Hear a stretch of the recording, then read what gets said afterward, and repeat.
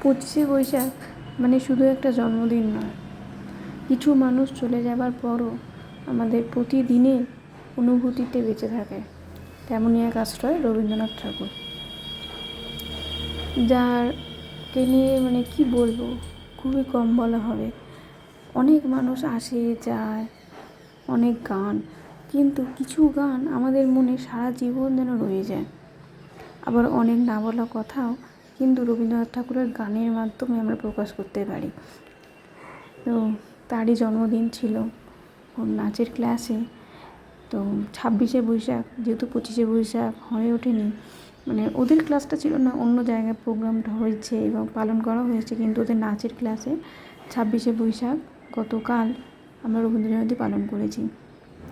ছোটো ছোটো শিশুরা এবং বড় স্টুডেন্টরা তার চরণে একটু ফুল দিয়ে, তাকে মালা পরিয়ে, ধূপ দেখিয়ে এবং তাকে তার এই জন্মদিনটা এবং সাথে একটু মিষ্টি দিয়ে সুন্দরভাবে পালন করেছে।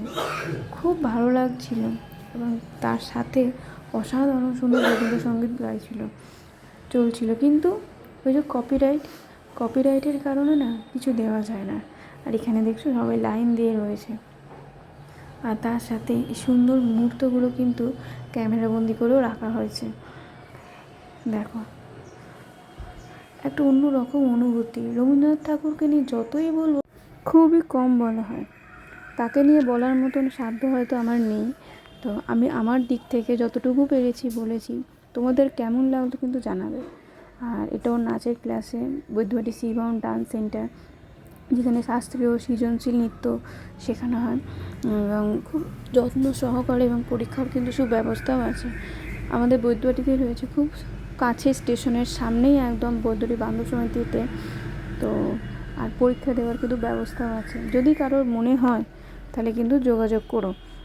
নাম্বারটা আমি একবার নয় বলে দিচ্ছি, 8697188211। Sudipta Bhattacharya, Shivam, Baidyabati Shivam dance centre.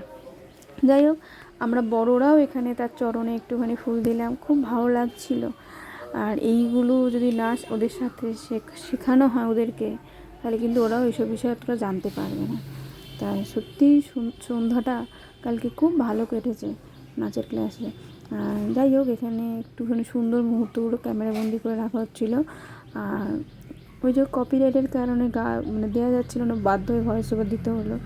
আর দেখতেই পেলে একদম পুরো স্টেশনের পাশে। আর এখানে স্যার শেষে একটু রবীন্দ্রনাথ সম্বন্ধে কিছু বলছিলেন, কিন্তু ওই গান বাজছিল বলে কিছু দিতে পারিনি। আর তারপর একটুখানি সব কিছু শেষে একটু মিষ্টিমুখ, এটাই কিন্তু আনন্দ ওদের আরও বেশি আনন্দটা জাগিয়ে দিল, যে খুব ভালো লাগছিল। ভিডিওটা কেমন লাগলো অতি অবশ্যই কিন্তু কমেন্ট করে জানাবে, এবং ভালো লাগলে পরে লাইক করবে, কমেন্ট করবে। আমাদের নাচের ক্লাসে ছোটো করে রবীন্দ্র জয়ন্তী পালন করা হয়েছিল। তো তোমাদের কেমন হয়েছে, তোমরা কেমনভাবে করেছো একটু জানিও কমেন্ট করে। টাটা।